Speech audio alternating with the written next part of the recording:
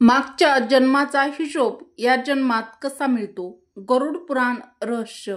नमस्कार मित्रांनो. एकदा सदानंद नावाचा ब्राह्मण एका धनपुरी नगरातून प्रवास करत असताना तो ब्राह्मण भिक्षा मागण्यासाठी गेला.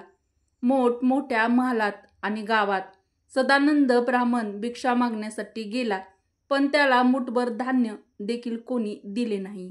भर दुपारची वेळ होती. ब्राह्मण निराश होऊन आपल्या भाग्याला दोष देत जाऊ लागला. काय हे माझे दुर्भाग्य आहे. इतक्या मोठ्या नगरात कोणी मला मुठभर अन्न देखील मिळाले नाही किंवा दिले नाही. भाकरी बनवून खाण्यासाठी 2 मूठ पीठ देखील मिळाले नाही. हे कसले माझे दुर्दैव आहे. असं म्हणत तो ब्राह्मण स्वतःच्या नशिबाला भाग्याला कोसत होता.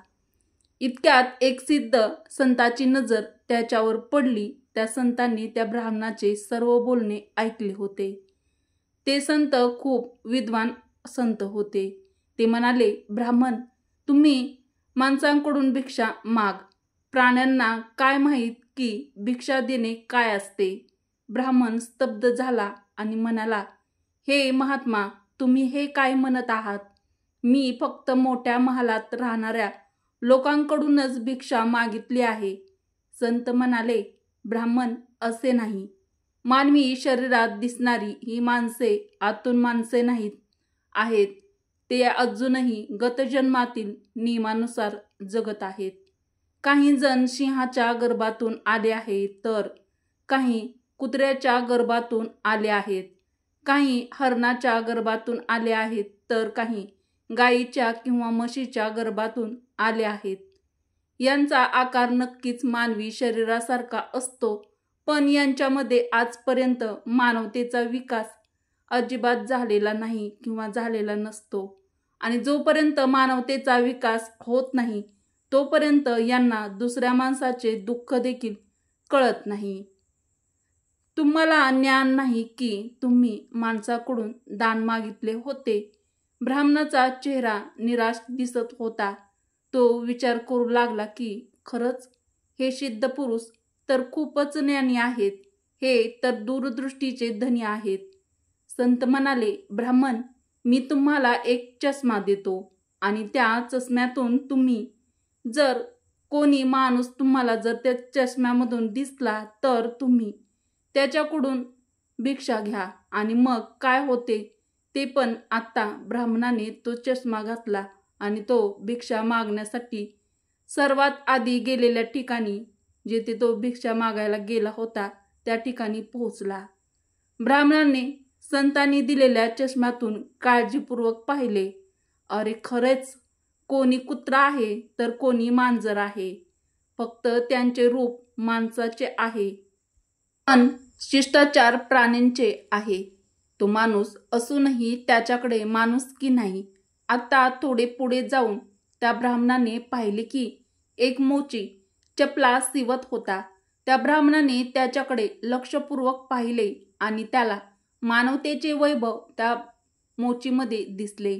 ब्राह्मण त्यांच्याकडे गेले आणि म्हणाले, भाऊ, तुमचा व्यवसाय तर खूप हलका आहे आणि मी ब्राह्मण आहे. मी सर्वप्रथम हा विधी खूप काळजीने करतो. मला खूप भूक लागली आहे, पण मी तुझ्या हातचे खाणार नाही. तरीही मी तुला विचारतो कारण मला तुझ्यात माणुसकी दिसते. तो म्हणाला, हे प्रभू, तुम्ही आहात का? इतके दिवस कुठे होता? मोची चपला शिवत असतो आणि तो चपला शिवून उभा राहतो, म्हणजेच उठतो. त्याच्याकडे असलेले जमवलेले पैसे, म्हणजे जे काही चिल्लर होते ते 1-2 आणे किंवा ते पैसे होते ते घेऊन मिठाईच्या दुकानात जाऊन हलवाईला म्हणाला, माझ्या भुकेल्या देवाची सेवा कर. हे पैसे मी तुमच्याकडे ठेवतो तिथे, म्हणजे तुमच्याकडे जे काही भाजी, पुरी, पुलाव जे काही तुमच्याकडे असेल ते देऊ शकता. ते त्यांना द्या. मोची आता तिथून निघतो घरी पळत आला. त्याने स्वतःच्या हाताने बनवलेल्या बुटाची एक जोडी आणली आणि त्या रस्त्याच्या कडेला उभा राहिला. त्या राजाला चपला आणि जोडे याची खूप आवड होती. तो नेहमी त्याच्यासाठी जोडे बनवत असे. कधी त्याची मापाची होत नसेल तर कधी जोड्याची घडण त्याला आवडत नसे. बरेच वेळा प्रयत्न करूनही राजाला एकही जोडी आवडली नाही. म्हणून तो मंत्र्यावर रागावला आणि म्हणाला, यावेळी जर योग्य तो चप्पलचा जोडा आणला नाही तर तुम्हाला शिक्षा देखील मिळेल. दैवी संयोगाने मंत्र्याची नजर एका मोचीच्या रूपात उभा असलेल्या खऱ्या मानवावर पडली, ज्यामध्ये माणुसकी फुलली होती, ज्याच्या डोळ्यात काही प्रेमाच्या भावना होत्या, त्याच्या मनात करुणा होती. मंत्र्यांनी त्या मोचीकडून एक जोडा राजाकडे नेला आणि तो जोडा राजाला अगदी बरोबर आला. राजाला तो जोडा खूप आवडला. मित्रांनो, व्हिडिओमध्ये पुढे जाण्याआधी व्हिडिओला एक लाईक अवश्य करा व कमेंटमध्ये श्री स्वामी समर्थ किंवा जय श्रीकृष्ण टाईप नक्की करा. राजा म्हणाला, असा जोडा मी पहिल्यांदाच घातला आहे. कोणी बनवला आहे हा जोड? मंत्री म्हणाला, हा जोड बनवणारा मोची बाहेर उभा आहे. राजाला ही माणुसकी होती. राजा थोडा हसला आणि म्हणाला की या बुटाची किंमत 5 रुपये आहे, पण हा 5 रुपयाचा जोडा नाही तर 500 रुपयाचा जोडा आहे. तर या जोड्याचे 500 रुपये आणि हा जोडा बनवणाऱ्याला 500 रुपये द्या. एकूण 1000 रुपये त्याला देण्यात यावे. राजाचे हे बोलणे ऐकून मोची म्हणाला, राजासाहेब, एक क्षण थांबा. हा जोडा माझा नाही, तर मी त्यांना तुमच्याकडे ज्यांचा आहे त्यांना घेऊन येतो. मोची गेला आणि नम्रपणे त्या ब्राह्मणाला घेऊन आला आणि म्हणाला, राजासाहेब, हा जोडा या ब्राह्मणांचा आहे. राजाने आश्चर्यचकित होऊन म्हटले, हा तर ब्राह्मण आहे, हे त्याचे जोडे कसे आहेत? जेव्हा राजाने त्या ब्राह्मणाला विचारले तेव्हा तो म्हणाला, मी एक ब्राह्मण आहे, यात्रा करून निघालो आहे. राजा म्हणाला, मोची, चपला तर तू विकत होतास, मग या ब्राह्मणाने चपला कधी विकत घेतल्या? तेव्हा तो मोची म्हणाला, राजासाहेब, मी मनातल्या मनात एक संकल्प केला होता की या चपलाचे जे काही पैसे येतील ते या ब्राह्मण देवाचे असतील, तर हे पैसे मी कसे घेऊ? म्हणूनच मी त्यांना आणले आहे. माहीत नाही की मागील जन्मात दान करण्याचा मी संकल्प केला असेल आणि नंतर मी त्या गोष्टीपासून पाठ फिरवली असेल. म्हणूनच मला हा मोचीचा जन्म या जन्मामध्ये मिळाला आहे. जर मी आताही मागे फिरलो तर कोण जाणे मला कोणत्या प्रकारचा सामना करावा लागेल. ते मोची राजाला म्हणतो की, हे राजन, हे रुपये माझ्या मालकीचे नाही. या बुटाची रक्कम ही त्यांच्यासाठी असेल असे मनात आले होते. मग मला 5 रुपये जरी मिळाले असते तरी ते त्यांचेच असते आणि मला मिळत असलेले 1000 देखील त्यांचेच आहेत. जर मी ते पैसे घेतले असते तर कदाचित माझे मन बेईमान झाले असते, तर म्हणून मी त्या पैशांना हात देखील लावला नाही. राजाला आश्चर्य होऊन ब्राह्मणाला म्हणाला, हे ब्राह्मण, या मोची सोबत तुमची ओळख कशी झाली? ब्राह्मणाने त्याच्यासोबत घडलेली सर्व घटना सांगितली आणि त्या विद्वान संतांनी दिलेल्या अद्भुत चष्म्याबद्दल देखील सांगितले. राजाने तो चष्मा मागितला. राजाने तो चष्मा घातला तर सर्व प्राणी दिसू लागले. राजा आश्चर्यचकित झाला आणि म्हणाला की हा तर प्राण्यांनी भरलेला दरबार आहे. हे सगळे प्राणी आहेत, तर मग मी कोण आहे?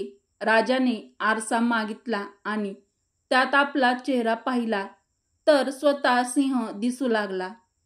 राजाला आरशात पाहून आश्चर्य वाटले. हे सर्व जंगलातील प्राणी आणि जंगलाचा राजा, आम्ही येथेही त्यांचा राजा झालो आहोत. राजा म्हणाला, हे ब्राह्मणदेव, योगी महाराजांचे चष्मे फारच अप्रतिम आहेत. ते आता कुठे असतील? ब्राह्मण म्हणाले, ते कुठे गेले असतील माहीत नाही. अशा महापुरुषांचे दर्शन कधीतरीच घडते. अशा महापुरुषांचा लाभ फक्त काही भक्तांनाच होतो. पण बाकीचे जे माणसाच्या पोशाखात म्हणजेच माणसाच्या रूपात प्राण्यासारखे असतात म्हणजेच वागतात ते जवळ जाऊनही आपले पशुत्व सोडू शकत नाहीत. ब्राह्मण म्हणाला, राजा, मी आता चष्म्याविना सुद्धा माणसाचे वर्तन पाहून मला कळू शकते. त्याचा व्यवहार पाहून देखील कळेल की तो कोणत्या गर्भातून आला आहे. एक जण मेहनत करेन आणि दुसरा त्याचा लाभ घेईल तर समजून घ्या की तो सापाच्या प्रजातीतून आला आहे.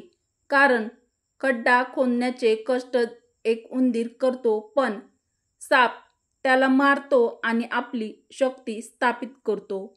आता या चष्म्याशिवाय देखील विवेकाचा चष्मा काम करू शकतो.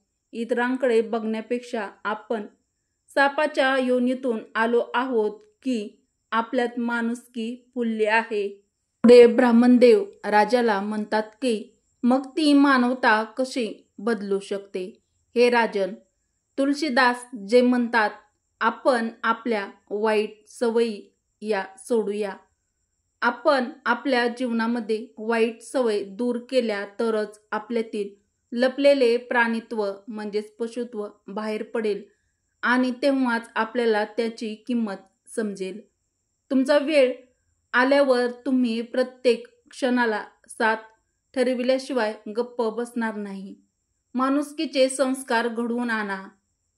तर परिपूर्ण माणसाचा चष्मा नाही तर तुमच्या विवेकाचा चष्मा चालेल.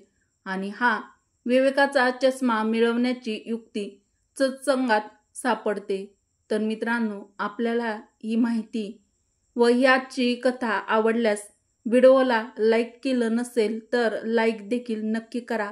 तुमच्या मित्र परिवारासोबत हा व्हिडिओ शेअर करा व आपल्या चॅनलला सबस्क्राईब केलं नसेल तर चॅनलला सबस्क्राईब नक्की करा. व्हिडिओ शेवटपर्यंत पाहिल्याबद्दल तुमचे मनापासून धन्यवाद. श्री स्वामी समर्थ. जय श्री कृष्ण. जय माता लक्ष्मी. जय श्रीराम.